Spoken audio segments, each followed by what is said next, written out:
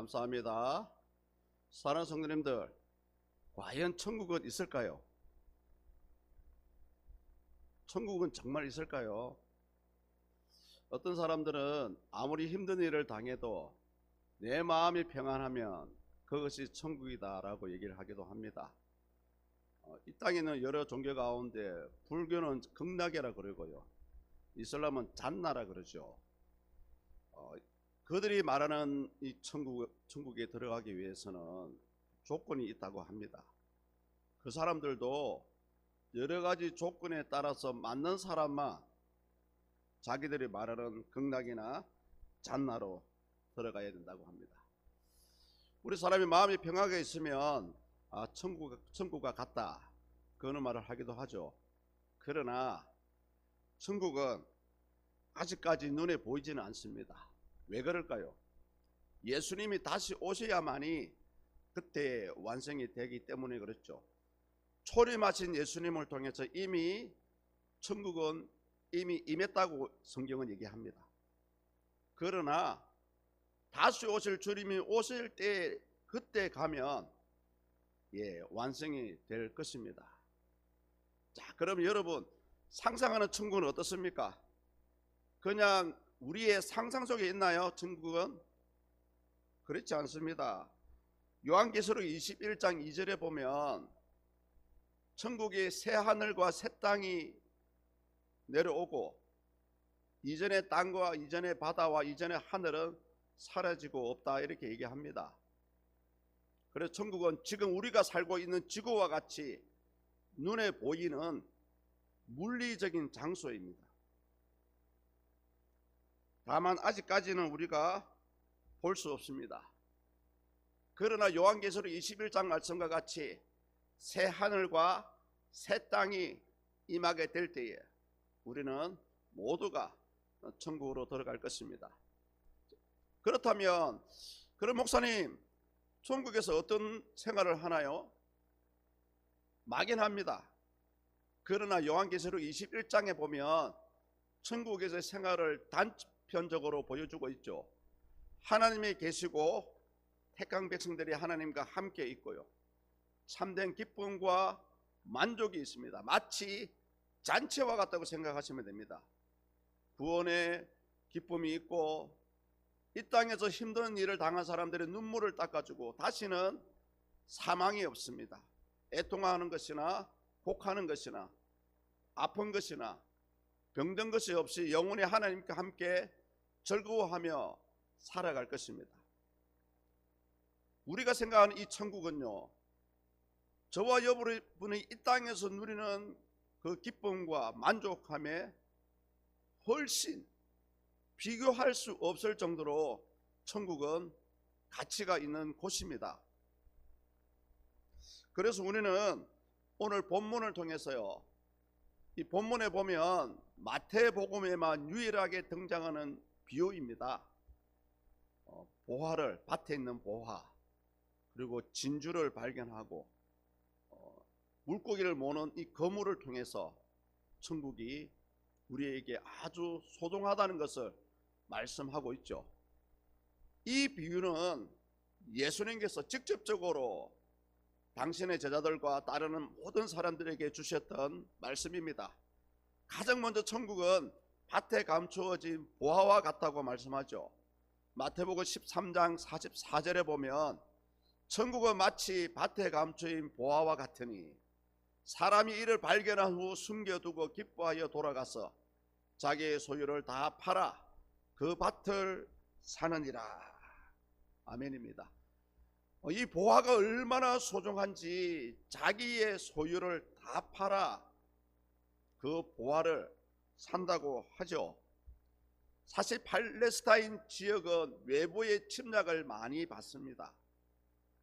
그렇다면 다른 나라가 쳐들어올 때 소중한 재산을 어떻게 보관합니까? 지금처럼 은행에 있는 것도 아니고요, 대부분의 사람들이 자기가 가지고 있는 밭에다가 숨긴다고 합니다. 항아리에 넣어서 아주 있는 듯 없는 듯 마치 없듯이 자기 밭에다가 이 보화를 꽁꽁 숨긴다고 합니다. 그런데 말입니다. 혹여 누가 어느 밭에 보화를 발견하게 된다면 어떻겠습니까? 그 보화를 차지하려고 밭을 사려고 하겠죠. 물론 이 밭의 소유권을 주장하기 위해서는 그 밭을 사야만 합니다.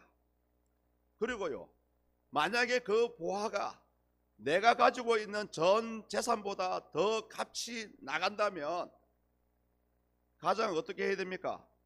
먼저 나의 재산을 다 팔아야 된다는 거죠. 왜요? 그렇게 해도 충분히 보상이 되기 때문에 그렇습니다. 그래서 오늘 이 비유는 뭐냐 하면, 우리가 천국의 보화를 발견하고 내 것으로 만들기 위해서는 가장 먼저 내가 가지고 있는 것을 팔아야 된다는 거죠. 내 전 재산을 팔아야 된답니다. 이것을 자기 희생이라고 합니다. 자기의 소유를 팔지 않고서는 그 밭을 살 수 없기 때문에 먼저 그 밭을 사기 위한 행동으로, 자기 희생으로 나의 전 재산을 팔아야 한다는 거죠. 만약에 자신의 재산이 아까워서 팔지 못한다면 그 밭에 있는 보화를 살 수가 없을 것입니다. 오늘을 살아가는 우리도 마찬가지입니다. 우리는 주의 나라와 복음을 위해서 살아갑니다. 시간을 들이고 헌신을 하고 희생을 합니다. 그런 것을 통해서 우리는 이 땅에 무엇으로도 비교할 수 있는 천국을 소유하게 되죠. 예수님께서도 마가복음 10장 29절과 30절을 통해서 이 말씀을 하셨습니다. 우리 다같이 자막을 보시면서 함께 읽습니다. 시작. 예수께서 이르시되 내가 진실로 진실로 나의 복음을 위하여 집이나 형제나 자매나 어머니나 아버지나 자식이나 진토를 버리는 자는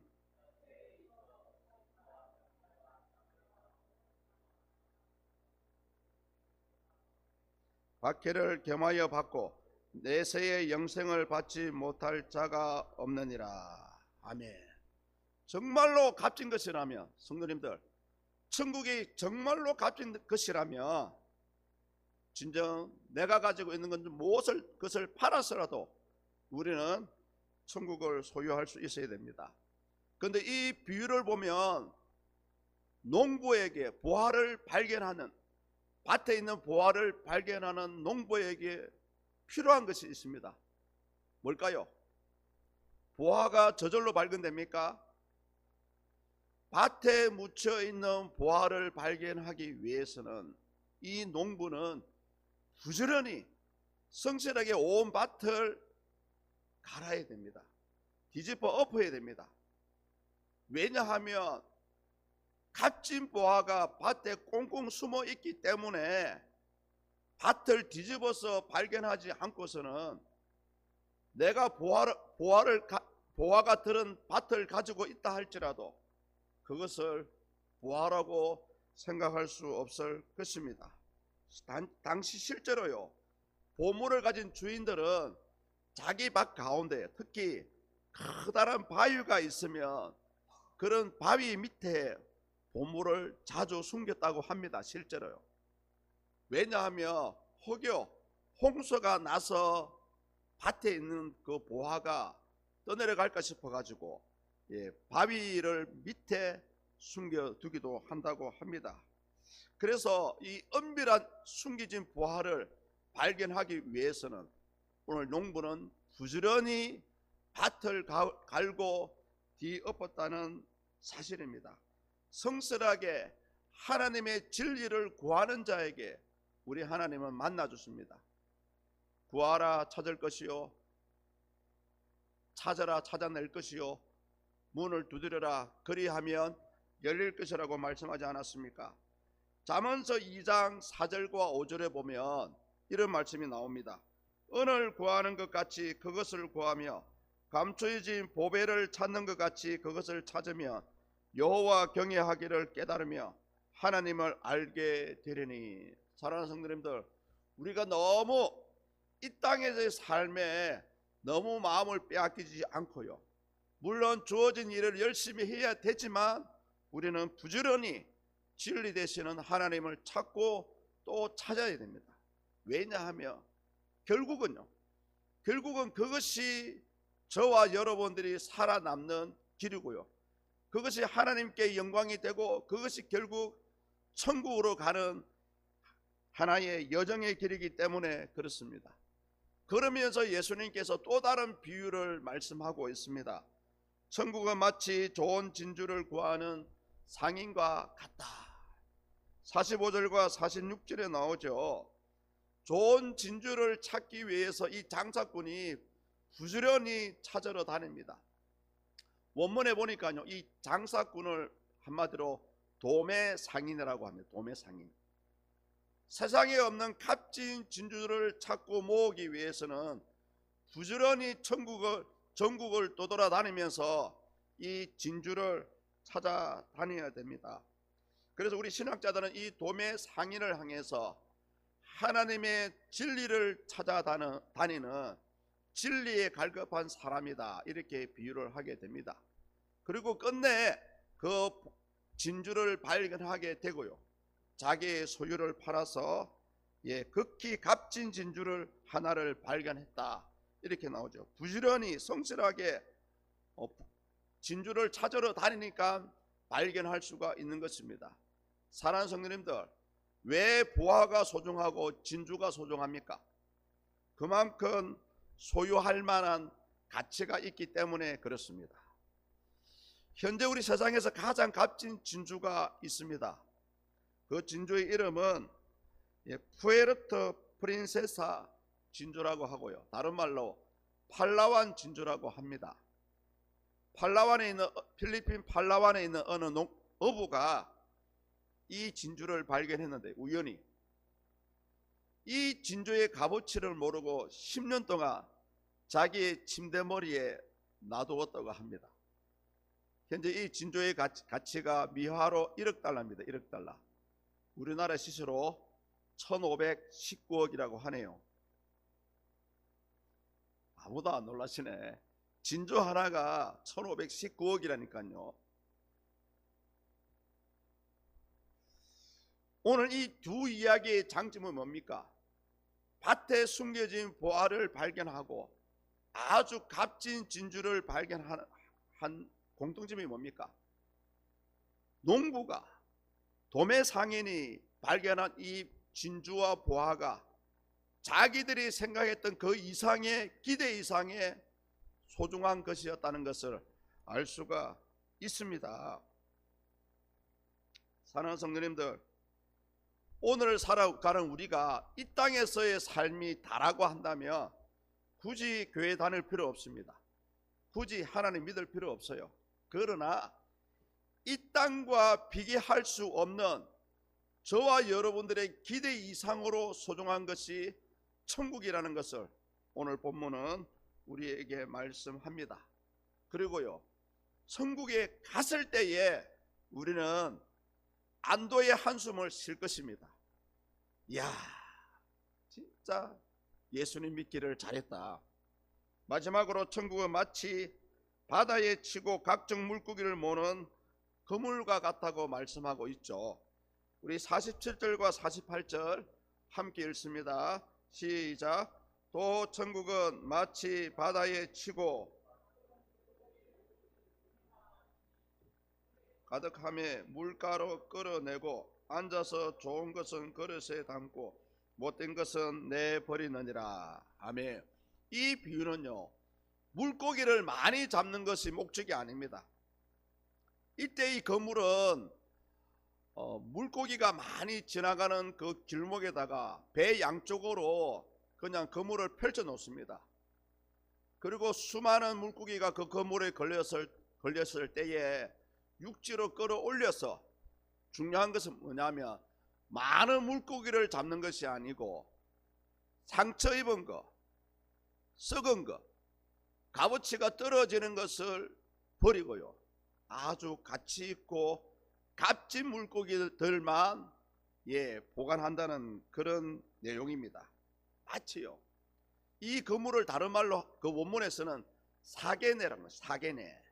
이 사개네 그물을 통해서 소중한 물고기를 잡게 되는데요. 마치 천국 잔치가 열렸을 때에 길거리에 나가서 길거리에서 만나는 수많은 사람들을 다 천국 잔치에 초대하는 그런 의미와 통합니다. 그러나 중요한 것은 뭐냐? 이때 잡혔던 물고기는 구별 작업을 한다는 거죠. 선별 작업을 한다는 것입니다. 마치 이와 같습니다. 누가 의인이고 누가 악인이고 알 수가 없죠. 그러나 천국에 들어갈 때에는 반드시 이런 구별하는 작업이 있다는 거죠. 깨끗하고 값어치가 있는 것은 천국으로 들어갈 것입니다. 그러나 하나님 보시기에 값어치가 없는 것은 당연히 버려지게 되겠죠. 이때의 선별 작업의 기준이 뭘까요? 심판의 기준이 뭘까요? 한마디로 적극적인 믿음, 적극적인 선과 악, 그리고 하나님이 인정할 만한 의를 가지고 있느냐, 그것이 판단 기준이 될 것입니다. 49절을 보십시오. 세상 끝에도 이러하리라. 천사들이 와서 의인 중에서 악인을 갈라내어. 의인 중에서 악인을 갈라낸다고 하죠. 교회 안에 진심으로 복음을 받아들이고 믿는 사람이 있다면 우리는 알 수 없습니다. 또 우리 학당교회는 그런 사람 아무도 없을 거예요. 그러나 천사들이 와서 불신자 중에서 구별하는 것이 아니고요, 믿는 자들 가운데서, 의인들 가운데서 악인을 구별한다는 그런 말씀을 하고 있습니다. 과연 이때 의인으로 속하는 사람들은 어떤 사람들입니까요? 예수님을 구주로 영접하고 믿고 거듭난 사람을 얘기합니다. 특히요, 자기의 신앙을 끝까지 지킨 사람이 의인으로 구별될 것입니다. 예수님께서 복음을 전하실 때에도 수많은 사람들이 예수님을 따라다녔습니다. 특히 오병이어의 기적을 통해서요, 사람들이 배가 부르니까 대부분의 사람들이 이제 집에는 가지 않고 예수님만 따라다니는 거예요. 왜 그랬을까요? 하나님의 말씀이 그리웠던 것이 아니고 배가 불러주니까 예수님만 따라다니면 민생고 먹고 사는 일이 해결되니까 따라다녔던 겁니다. 그래도 예수님께서 나의 살을 먹고 나의 피를 마시지 않으면 천국에 갈 수 없다라는 말씀을 하셨을 때에 대부분의 사람들이 다 따라갔지 않습니까? 그때 예수님께서 12제자에게도 그런 질문을 하셨습니다. 너희들도 나를 따라가려고 하느냐? 그런 사람들은 다시는 주님을 따라다니지 않았습니다. 마치 그물에 걸렸지만 천국에 들어갈 기회를 받았지만 버려지는 쓸모없는 잡고기와 같았습니다. 사랑하는 성도님들, 그래서 우리가 이 땅에 살아가시되 열심히 주어진 일을 살아가십시오. 그러나 저와 여러분들의 시민권은 천국에 있습니다. 결국은 저와 여러분들이 가야 될 길은 천국입니다. 그런데 이 땅의 마음을 빼앗겨 버리면 우리의 신앙은 점점 병들게 되어 있습니다. 왜냐고요? 당장 천국이 눈에 보이지 않기 때문에 그렇습니다. 그러나 이미 신학적으로요, 예수님께서 이 땅에 오셨기 때문에 예수님의 그 초림을 통해서 이미 천국은 임했습니다. 그러나 아직 완성이 되지 않았습니다. 언제 완성이 됩니까? 예수님께서 다시 이 땅에 오실 때에 천국은 완성이 됩니다. 그렇다면 사랑하는 성도님들, 이미 천국이 임했다면 이 땅에 살아가는 저와 여러분들은 더 이상 이 신앙에 대해서, 우리의 이 믿음에 대해서 의심하지 말아야 됩니다. 할 수만 있다면요, 열심을 다해서 하나님을 섬기고 열심을 다해서 나에게 주어진 달란트가 있다면 그 달란트대로 살아가는 것이 하나님을 기쁘시게 하는 것이고요, 우리가 천국으로 가는 하나의 그 여정의 길이 될 수가 있을 것입니다. 사랑하는 성도님들, 한 주간 동안도 열심히 살아가시되 하나님의 말씀을 붙잡으십시오. 하나님의 말씀을 좀 붙들으십시오. 하나님 말씀만이 저와 여러분들이 가야 될 길을 이끌어 갔습니다. 하나님 말씀만이 하나님이 누구인지, 왜 예수님을 믿어야 되는지를 우리에게 가르쳐 주고 있습니다. 하나님 말씀을 듣고 읽고 그 말씀대로 살아가려고 힘쓰고 애쓸 때에 우리는 하나님의 사람으로, 천국의 시민으로 변화되고 또 변화되고 또 변화될 줄 믿습니다. 한 주간 살아갔을 때에 하나님을 인정하시고 하나님과 동행하셔서 천국 시민으로, 천국 성도로 세워질 수 있기를 주의 이름으로 축복합니다.